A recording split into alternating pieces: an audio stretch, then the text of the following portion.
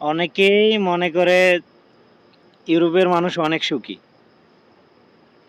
কিন্তু আমি মনে করি সৌদি আরবের মানুষ হচ্ছে পৃথিবীর সবচাইতে সুখী। কেন?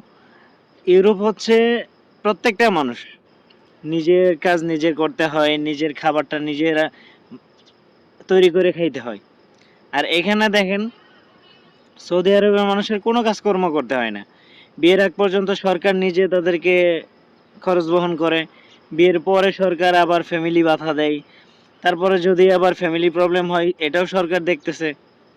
তাহলে ভাই কিসের ইউরোপ? আমি মনে করি সৌদি আরবের মানুষই সবচাইতে বেশি সুখী। অনেকেই মনে করে ইউরোপের মানুষ অনেক সুখী। কিন্তু আমি মনে করি সৌদি আরবের মানুষ হচ্ছে পৃথিবীর সবচাইতে সুখী।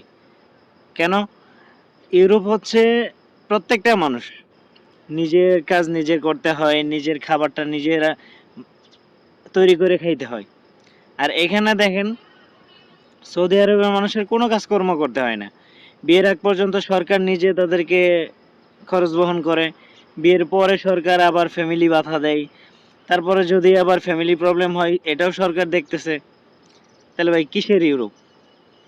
আমি মনে করি সৌদি আরবের মানুষই সবচাইতে বেশি সুখী।